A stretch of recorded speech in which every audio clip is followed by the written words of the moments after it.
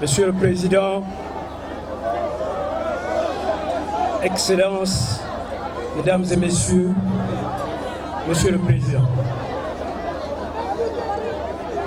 je vous remercie très sincèrement pour avoir inclus le Gouelolo dans votre programme de tournée nationale de pré-campagne et je m'associe de tout cœur aux orateurs de Matsatsa, Ndangi, Lastourville, Ibouji, Dienga et Pana qui vous ont souhaité une chaleureuse bienvenue et un excellent séjour chez vous.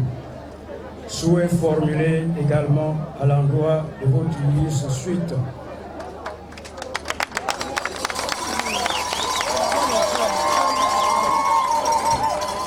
Citoyens, vous qui venez également des environs immédiats de la commune, mille merci pour avoir fait le déplacement de ce jour de la mission catholique Notre-Dame de la Salette en vue de manifester votre sincère adhésion à la candidature de votre fils, j'ai cité Ndienzouba Ndama.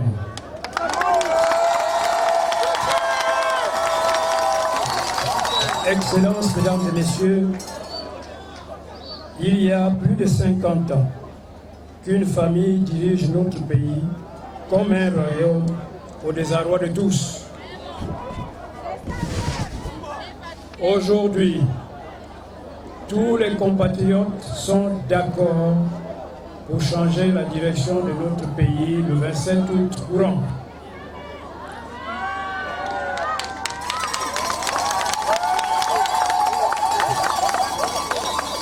Et vous comprenez que ce changement au sommet de l'État ne se fera pas sans le Gouelolo, sans votre implication massive et sans Ndienzouba Ndama, votre fils.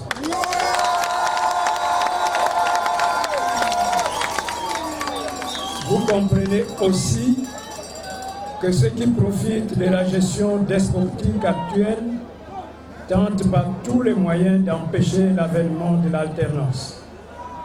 Ils procèdent par des intimidations, des menaces, des licenciements, la corruption et des mensonges notamment.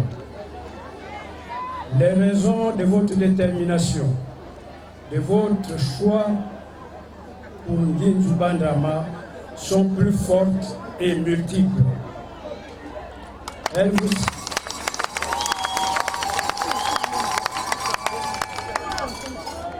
Elles vous seront amplement dévoilées pendant la campagne. Disons simplement à grands traits aujourd'hui que l'erreur de 2009 est désormais passée dans l'histoire douloureuse de notre pays.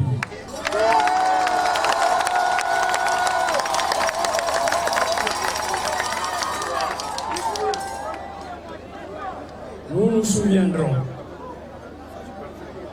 que le président sortant ne respecte pas la fonction présidentielle et c'est ainsi qu'il se permet de recevoir ses amis sportifs sur le tapis du Gabon et les conduire lui-même dans les rues de Libreville.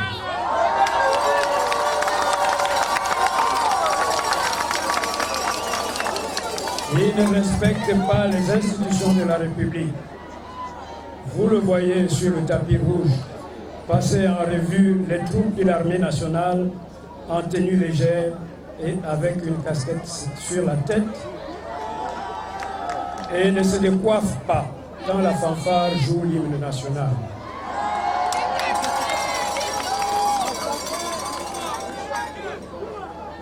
Il ne respecte pas non plus la séparation des pouvoirs, viole ainsi la Constitution. Pour la première fois dans l'histoire de notre pays, les magistrats ont été obligés de descendre dans la rue en toge pour protester et s'opposer aux nominations politiques répétées. Le Premier ministre, par erreur, par peur ou par collusion avec le président de la République, laisse celui-ci gérer les établissements publics comme les agences des grands travaux et le budget de la République. Le président sortant ne respecte pas la parole donnée. Il vous souvient que le 15 décembre dernier, à l'occasion du lancement du programme Graines à Lassouville, il avait déclaré des passages à Koulamoutou que concernant la route Koulamoutou-Bouila, les études étaient terminées et le financement bouclé. À ce jour, les travaux n'ont pas démarré et il n'existe pas d'inscription de cette dépense au budget de l'État.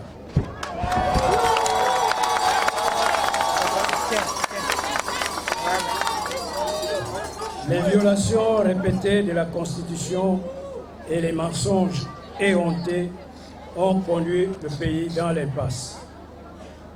À cause du mépris de ses concitoyens, la gouvernance politique est inexistante, étant marquée par le refus du dialogue avec la classe politique et la société civile, l'éclatement du parti au pouvoir en Moukabo, héritage et modernité et dynamique plurielle.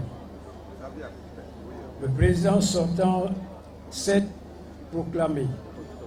autoproclamé candidat à sa propre succession sans consultation préalable des courants ci-dessus. Personnellement, ne sachant plus de quel bord je relève, je me permets de soutenir un grand candidat indépendant dans le seul intérêt du Gabon, notre nation.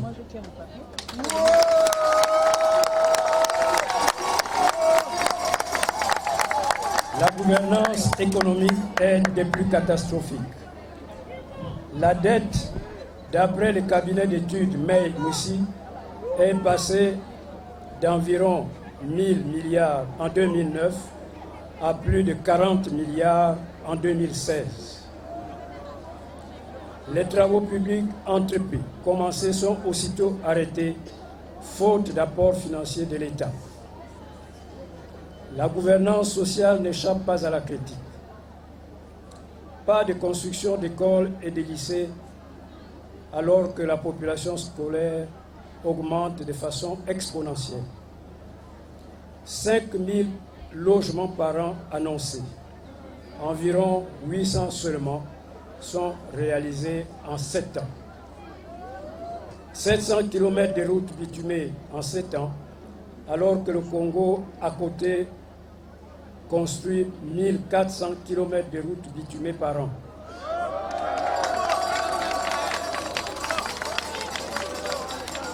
Les hôpitaux de l'intérieur de notre pays manquent de médecins et de médicaments. Concernant la province de Loboué-Lolo en particulier, aucun lycée public n'a jamais été construit de 1960 à ce jour.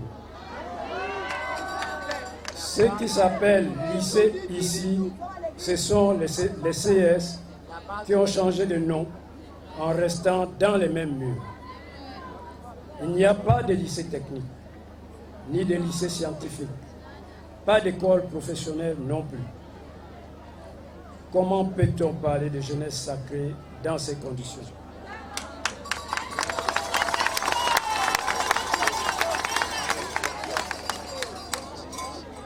Il y a trop de disparités entre les provinces. C'est pourquoi la candidature de Guinjouba Ndama paraît digne d'intérêt.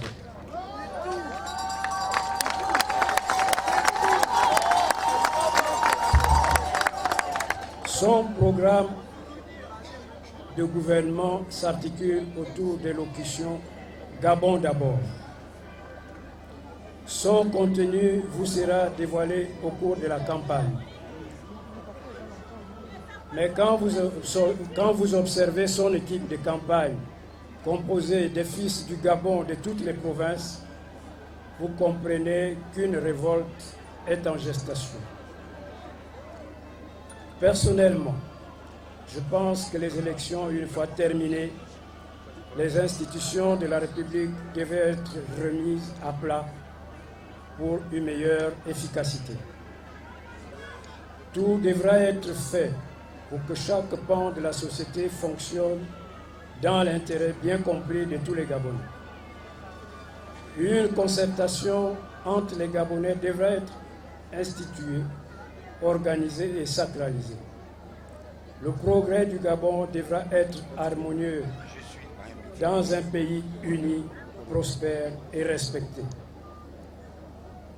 Guinzouba Ndama connaît le pays dans toute sa diversité géopolitique et ethnique.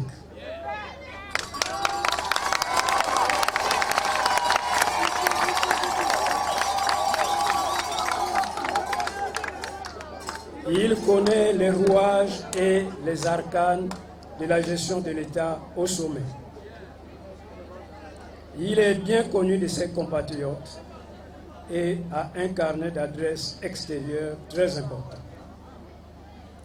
L'homme est mûr, sage et sait pardonner.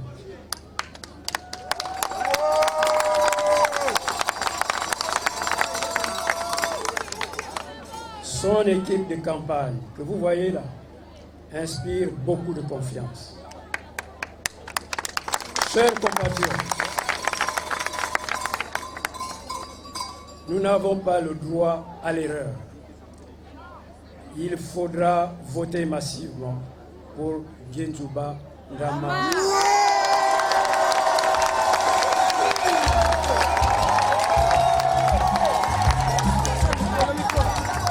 Je vous remercie.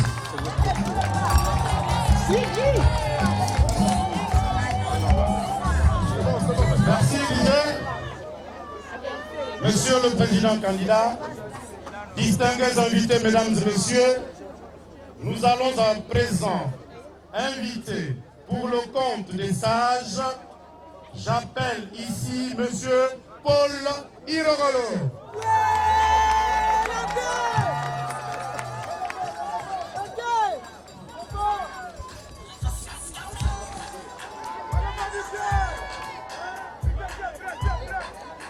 Est-ce que les Akélés sont là? Yajima.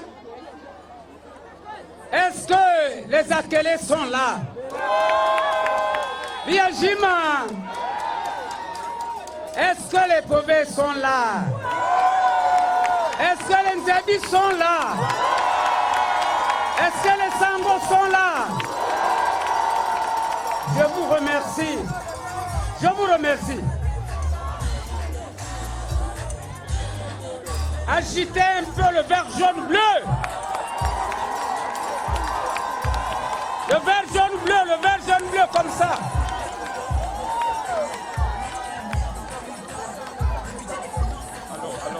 Merci, merci, merci.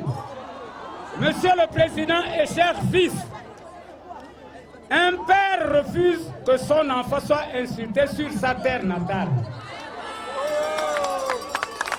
Pour cela, nous disons haut et fort sur ce site divin vers lequel le Seigneur a bien voulu vous orienter pour vous adresser aux populations. Que vous avez toute la bénédiction des sages de la commune de Koulamoutou ainsi que ceux du département de la Lolo-Bouengidi. Monsieur le Président et chers fils, contrairement à ce qui a été dit il y a quelques jours ici à Koulamoutou, par vos adversaires politiques, vous n'êtes pas Judas Iscariote, mais qui en réalité devons nous considérer comme Judas, autrement dit, qui a trahi qui? Pour répondre à cette question, nous disons que c'est celui qui ne connaît pas le bienfait qu'on considère comme Judas. Monsieur le Président et chers fils, nous, vos parents, ne vous ont pas habitués à manger chez n'importe qui, à n'importe quel moment. Et surtout avec l'élève orphelin qui n'a pas su profiter de la protection et des sages enseignements de son maître que vous avez été. Monsieur le Président et chers fils, ne craignez rien. Dormez tranquille. Votre choix a été porté vers nous. Nous, vos parents, que nous sommes derrière vous et et le démontreront le 27 août 2016 dans l'isoloir.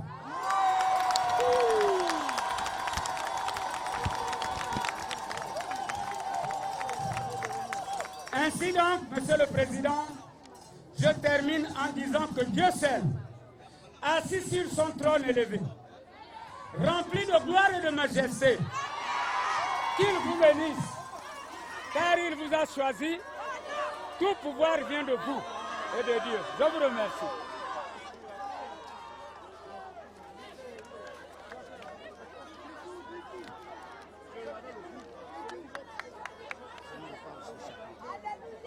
Mais ils ont coupé le micro. Si ça reprend, parce qu'il faut combattre.